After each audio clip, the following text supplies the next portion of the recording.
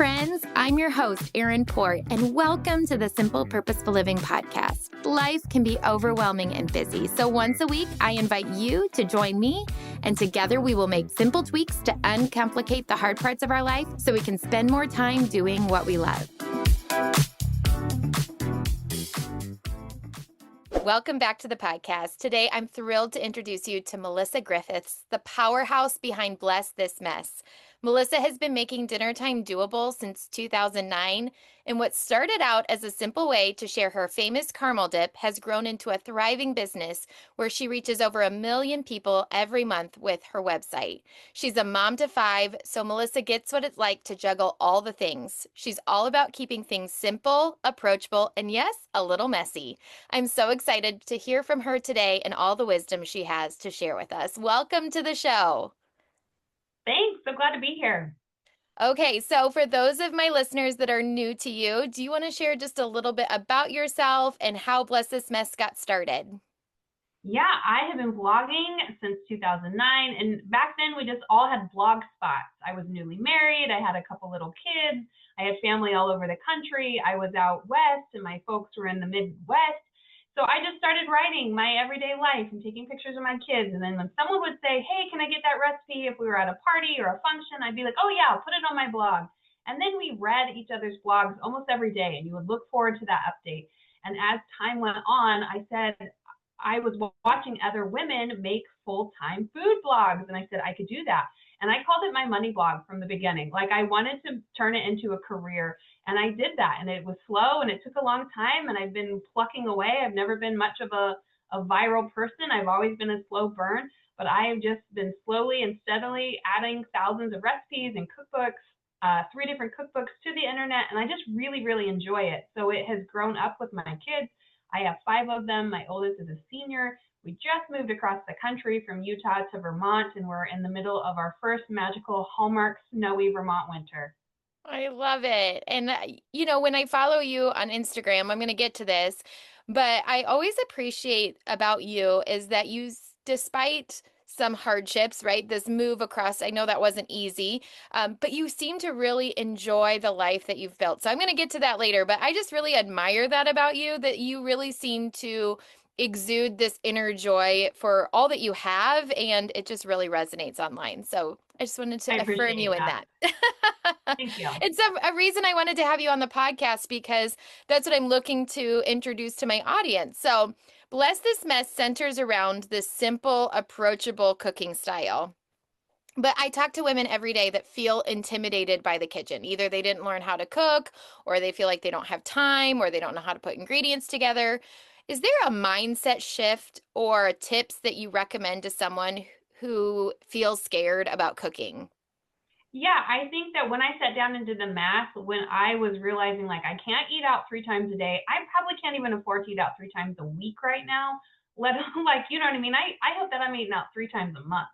And so when I was doing the math, I said, okay, I'm not going to be able to eat out that much. So that means that I'm going to be cooking meals this often. And maybe some of these can be convenience foods, but how am I really going to show up in this? If it's going to happen 3 times a day, 7 days a week, all of these months in a row, I really decided that I needed to sit down and like sort this out. And was I going to, and then meal planning came in. Do you know what I mean? This really approachable way to get meals on the table. And I don't think that this is like a beauty contest. We're not like after the most impressive, foreign, exotic, unless you love that. A lot of us, like, we just need to get food on the table. You know what I mean? If you have a wild hair, you want to try a new cookie recipe for a party, like that's different. Like if you have a passion for cooking, you're probably not the one listening to this. And if you're just like struggling to get your kids to eat what you put on the table in a timely manner, like that's where I was coming from too. I didn't really grow up doing the cooking, and my mom did a lot of convenience food. She gave me free reign of the kitchen, but we ate hot dogs and Kraft mac and cheese and pasta sauce from a jar. And that was okay, but I did like it. I liked adding some of the nourishing elements. And when I learned how to roast a chicken or add some veggies, like those things progressed over time. But I think the idea was like, if I'm going to have to do it over and over and over again, I might as well like it. It's kind of what you're talking about the winter. If I'm going to move to Vermont and it's going to be -14 like it was last week, I might as well figure it out. I don't want to have to do the things in my life that like life mandates. Life mandates food and eating. So I might as well inside of myself kind of like figure out what shift I need to make so that I can show up for it and not hate it every single day. That's such a good reminder too. Like we can groan or we can like find gratitude in that item. That's such a good mindset shift. Like you said, these are things that we have to do. How can I approach it in a different way? Okay, so with 5 kids, a business, a busy life, feeding your family every day is no small task. What does your current meal rhythm look like? So for a long time, I homeschooled. And so I just put my kids back into public school. And so it has changed a lot. So now I'm waking up and getting a breakfast, but I am not doing a hot lunch anymore. And then dinners are together, which is nice. And I feel like this is more traditional. But I also feel like I personally am getting this giant break. Do you know what I mean? Like I had kids at home for 18 years. And so um, the rhythm looks like there's more leftovers because they're not eating them all for lunch. But I've kind of done what I've always done because it works well. So days of the week for breakfast, I assign a day to the thing. So like scrambled eggs are Monday, pancakes are Tuesday. I'll make a double batch on Tuesday and reheat them for Friday. Do you know what I mean? Cold cereal is always on Saturday because that was the day that I slept in and didn't want to get up. And then we'll do breakfast sandwiches on Wednesday. So I have assigned a day of the week to what I'm making so that I just don't have to think about it. And also for your grocery shopping, it kind of keeps it set. So I just know I always need, our 6 English muffins for breakfast sandwiches and some eggs and those kind of things. It helps grocery and meal planning stay really simple. And then dinner, since we are readjusting and sorting stuff out, I have been sitting my kids down on Sundays because I am in a little bit of a season of burnout. A food blogger, things are really intense, like August up through the Christmas cookie season, and I'm just now entering my time off. I'm going to finish most of my stuff for the new year just now. So I've been working intensively for months, so I am tired. So I would say, kids, what do you want? And so we'll make a list of maybe 7 or 8 ideas of things that they like or they've had or they've, you know what I mean, that I've made before, but they'll say, I want these things. So I generally pick 4 to 6, and then I will buy all of the things for those. And then people can help me by taking turns. So 3 nights a week, I'm cooking it. And then for sure, 2 nights a week, my husband is in charge of dinner, but he also has that same list. And I grocery ordered, or I went grocery shopping, and I have all the stuff that I need for all of those things. And they're in the house, and it makes it simple. But other people can help execute dinner when they know all the ingredients are there and the decision has already been made. I love that. And I love sometimes as women, do you find this too, that we feel like we need to do it all? And I love that now you found a way to invite others in to help you and delegate that. And I think that gives a permission slip to other women too, like, oh, I can ask my husband or my kids or to come into this task as well. Yeah, and I think that we have been in a dynamic. Our 20th anniversary is tomorrow.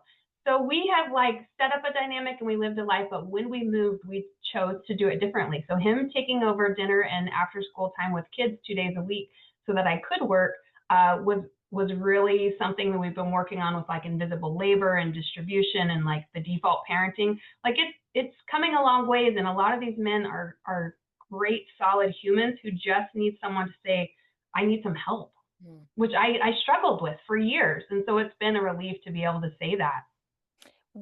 Okay, I'm going off script a little bit, but why do you think, what was like I don't, not the deal breaker, but like what was the thing that you finally were like, okay, I'm just going to ask for help? Like, because you said like for years I didn't want to, and then now you are. Like, was there something that happened that made you change your mind? I'm curious. I think that it's like therapy and realizing that I struggled a lot with resentment. Do you know what I mean? I would like be doing all these things and then I would feel mad about it. I'm like, why am I so upset? Like I'm the one who wanted to do it. But then also when I did some educating on myself of like how much I was really showing up and over functioning, which is a super common dynamic. Like we come by it naturally in our society. Then I was able to like have words around what was happening and then saying, I don't want to choose resentment. I don't want to be resentful of my life that I do love. And so I've got to change things. I love that. That's such a good reminder. And I'm a firm advocate of therapy and figuring things out. So I'm right there with you. Okay, so you talked about, kind of being exhausted, right? Like, and I think all women can, there's seasons where we're all like, whew, This has just been a taxing season. And I think one of the things is we get in this like dinner rut of, okay, I can't think beyond the tacos, spaghetti, that rotation. How do you get out of a dinner rut? Do you have any tips for that? Yeah, I think that if you can meal plan a month at a time and then only do it 3 or 4 times, then you're kind of done for the whole year, if that makes sense. So I am a huge proponent of like brain dumping, and you do this too. I get your email series, and you do a lot with brain dumping, which is, I think it's an art. And so brain dump your meals based on a genre. So do all of your, we make ground beef tacos over and over again, but you actually know how to make fajitas and enchiladas. Like under your Tex-Mex category, make a list. Underneath your favorite chicken recipes, make a list. Under your soups, under your, you know what I mean, breakfast for dinner, and home cooking or grilled or ethnic night, like brain dump on one piece of paper by category recipes that you already like and you already make and you already know how to do, but you've kind of forgotten about it. Do you know what I mean? I make a really good chicken and dumplings, but I don't remember except for like once a year. My kids would eat that twice a month. They love it, but I don't think about it. So do your brain dump, and then just assign days of the week a category. So Mondays are going to be slow cooker day because it's your busiest day of the week. And so anything slow cooker goes. Tuesdays are Taco Tuesdays. Wednesdays are quick and easy because it's your most common practice. So you're thinking like 15-minute meals or sandwiches or breakfast for dinner. Friday is going to be pizza variations. You know how to make your normal pizza, but you could also get a little bit creative and do a stuffed crust or a calzone or a pizza pocket, or do mini pizzas with the kids. There's more variation in what you're doing than you think about. And so when I assign the days of the week, my categories, and then I just use from the brain dump list, I'm just going to assign them. And it might be based on seasonality. I'm probably not going to do a zucchini boat for taco or pizza night right now because zucchini are a little bit squishy in December. I'm gonna do that. So some seasonality and nuance, but also most things are available to most people year round. So then I'm just planning a month at a time.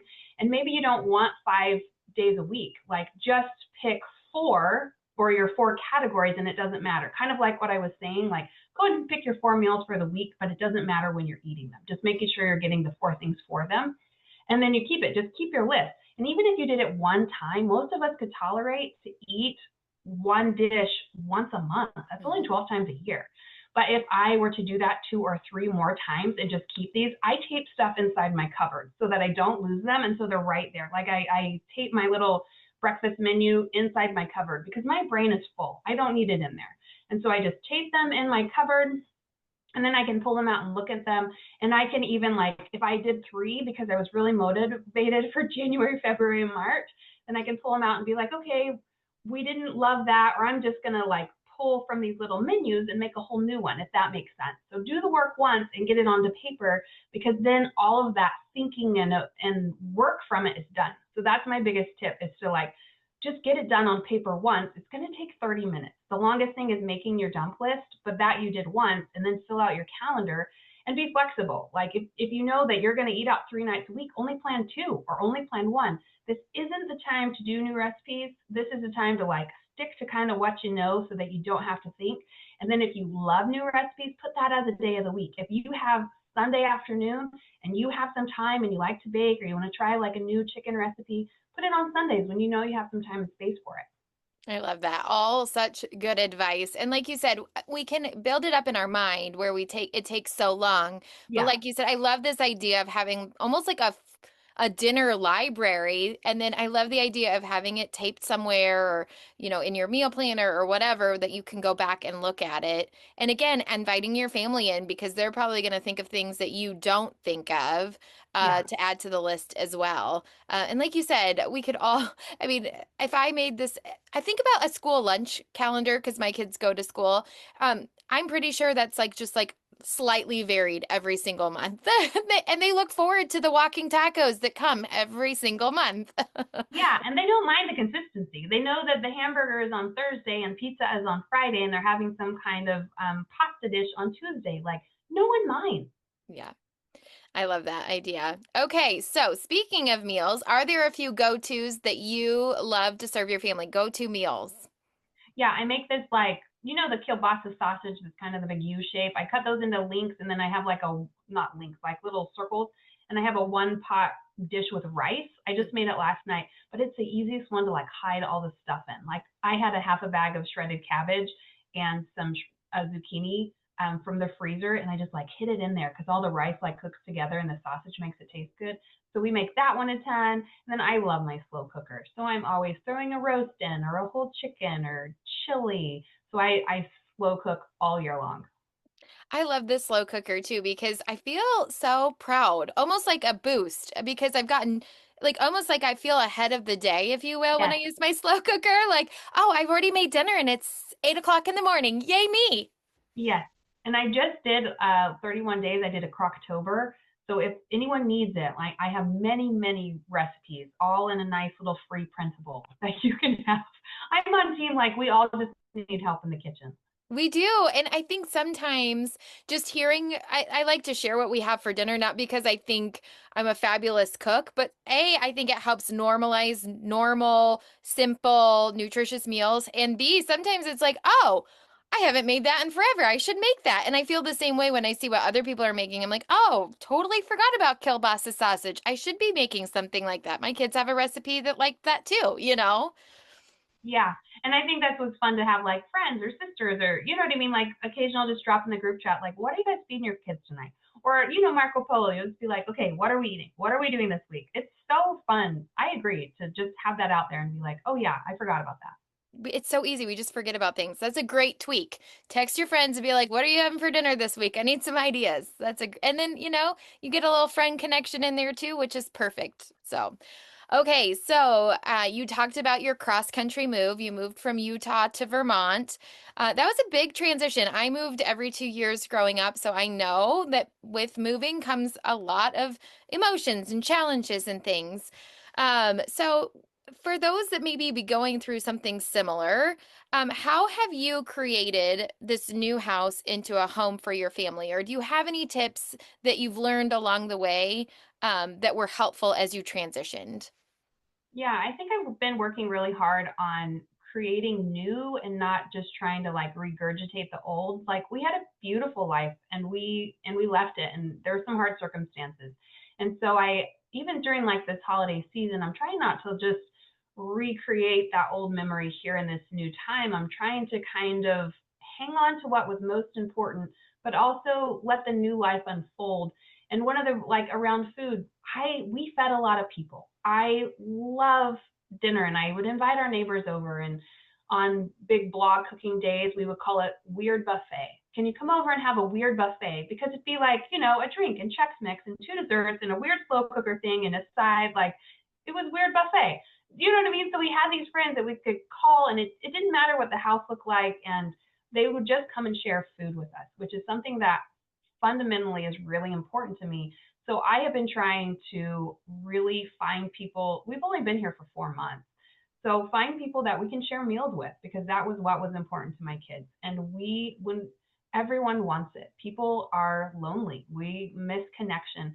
People are more than happy to come if my kitchen is a little messy from a long day of shooting and eat weird buffet. Do you know what I mean? It's fun and it's novel and so many people are willing to like bring food. So I think that idea of like having an open table and an open door, because I move teenagers. My daughter is a senior and I have you know what I mean? I have every 2 years down the line. And this was a big sacrifice for them. So to have a house that their friends can come to and they know that mom's going to feed them, like that's kind of the security blanket. So it's less about the what and the who and more about that general feeling of like our door is open and people can come here and we can share a meal together because that was a really important part of our family dynamic that I can recreate here. It's less about we were so specific on Christmas, right? We'd have Christmas crackers because my brother had lived in England and we have a ham dinner and it was so specific. And I think it was more like we're missing my brother. So now we need to find people and I probably won't get Christmas crackers because it will make us sad and we'll feel like we're missing my brother, but maybe we should roll sushi for Christmas Eve or you know what I mean? I haven't sorted it all out, but I think the feeling is there, but the nuts and bolts, it's okay to let that go. Mm.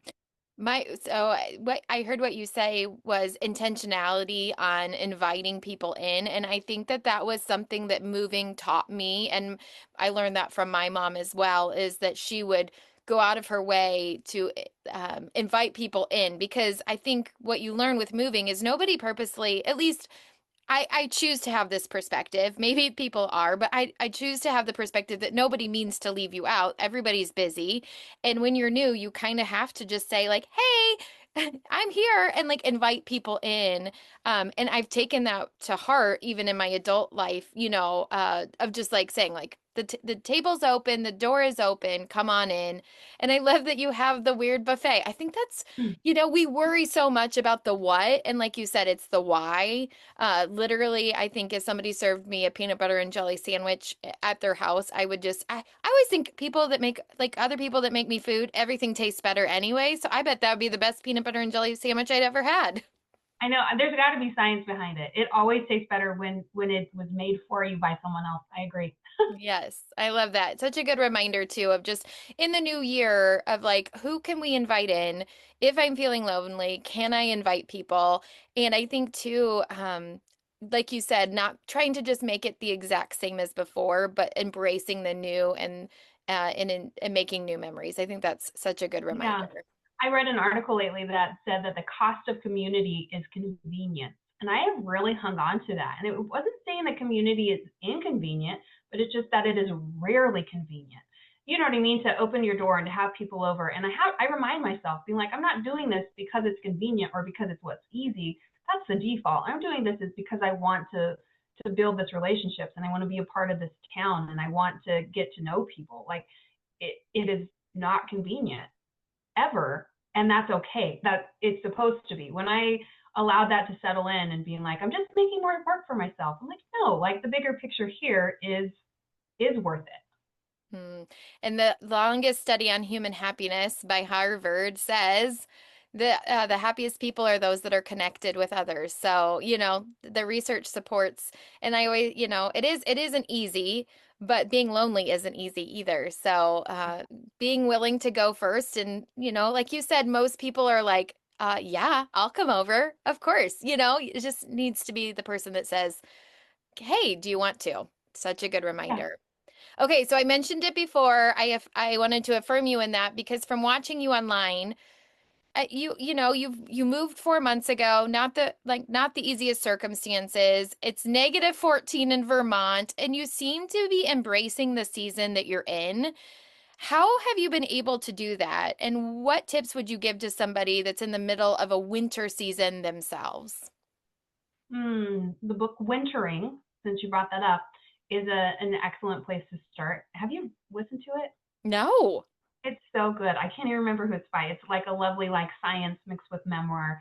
Um, I think it's a lot of what you teach and you push is like these mindset ideas. Like I wanted to show up and I didn't want to be lonely. And so I'm volunteering. There's always places to help.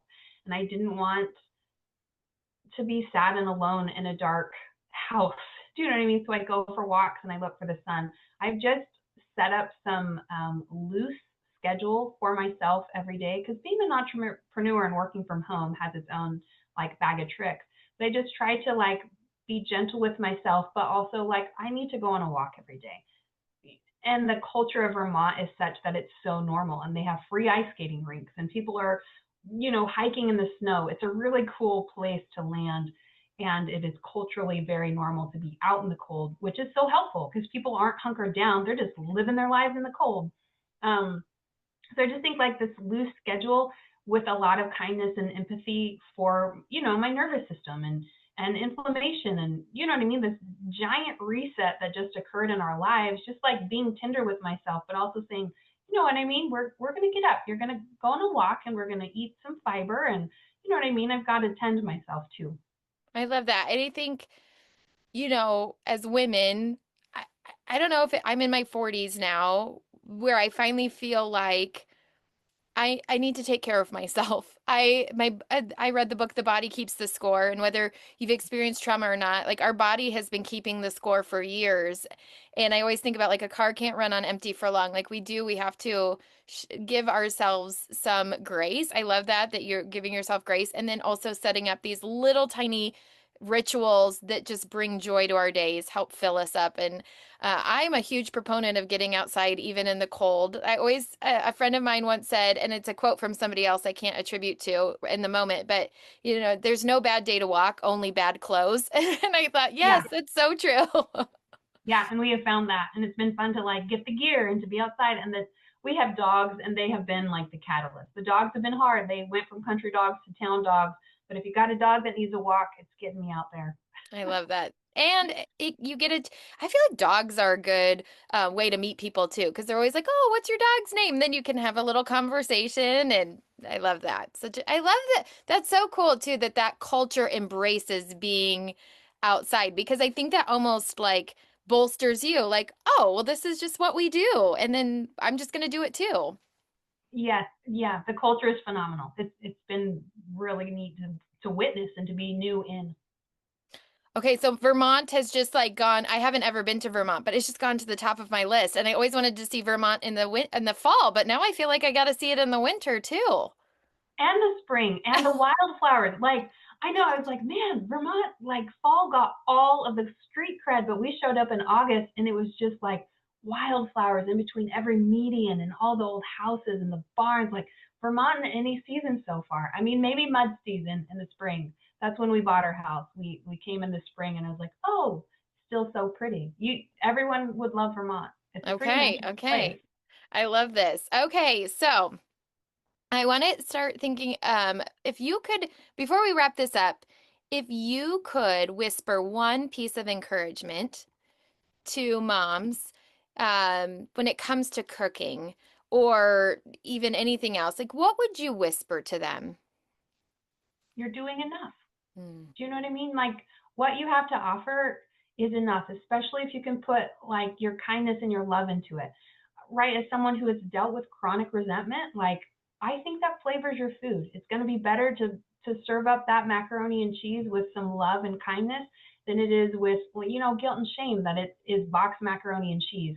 And then like I feel like that will help you and lift you up, and then you'll be able to make the roast chicken and potatoes on a Sunday, and it'll feel different. But I'm just positive that what you're doing is enough. And your kids, one day, it's so weird to have big kids, but my kids thank me now. It's a weird season to be in, to have these big, fledgling adults who can say, Mom, you did a great job, or Mom, thank you for this. Because I had 5 kids in 8 years. I was just in the thick of babies and toddlers for so long. So if you are in the thick of that, I promise that what you're doing is enough. And one day they will grow up to these magical people who will say thank you. Hmm. I agree. Yep. I have a 16, 14, 10, and 8. And I think too, now that I have older kids, it just hits different with the little ones that I still have. Like, okay, it's all gonna be okay, right? They're Yes. gonna they're gonna turn out in spite of me. Like it's Yep. gonna be fine. It's gonna be fine. Yeah. You're so right. And I love that you got emotional because I think having older kids now, we know, like, I feel like I'm that woman now that's like, it goes so fast, but it goes so fast. And yeah, you blink and you're like, oh my gosh, you're almost an adult. Yes. And it's so cool in and of itself, too, right? I think it's the truest form of bittersweet. I completely agree. Okay, so on that note, I always ask my podcast guests these two questions. So let's start with what's a tiny joy you've enjoyed lately? When I moved, I told myself I was going to figure out how to like black licorice. I said, this is a mindset thing again. And so I did my research, and occasionally I buy really expensive Danish black licorice and I eat one a day. And it is just like the little joy that I look forward to. I love that. See, it's the smallest things. It's the smallest things. That's so cool. Okay, and what's a tiny tweak that you've made recently that's made your life easier? Asking for help cooking dinner. I tell you, I think it's the permission slip. Every woman on this podcast is going to be like, oh, we just we need to hear from other women that have gone before us and lived to tell the tale that it's gonna be okay. And I think that that has been such a gift that you've shared with my audience, Melissa. Okay, for those that are new to you, want to connect with you more, of course, I'm going to put everything in the show notes, but where do you like to hang out and connect with people?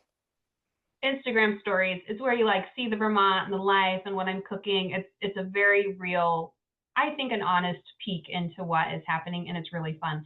And then you asked for a freebie, which I think is so fun. And so I have this great PDF that has the place to do your weekly shopping menu, your monthly brain dump with the little section categories, all of that. It's all a free printable, so your people will get that if they wanted to. And we will put that in the show notes so you can download that. I can concur. I love following your stories. It just is encouragement. I only follow people online that just make me feel good about life, make me appreciate my life more. And I feel like your stories always do that for me. So thank you so much for your wisdom, your joy, and your zest for life. And thank you for helping us feel like we're doing enough. I appreciate you being here today, and Happy New Year to you. Thank you. If you liked this episode, it would mean so much if you'd share it with a friend or leave a quick rating and review so others can find our show. Until next time, you can find me at Simple Purposeful Living on Instagram and Facebook.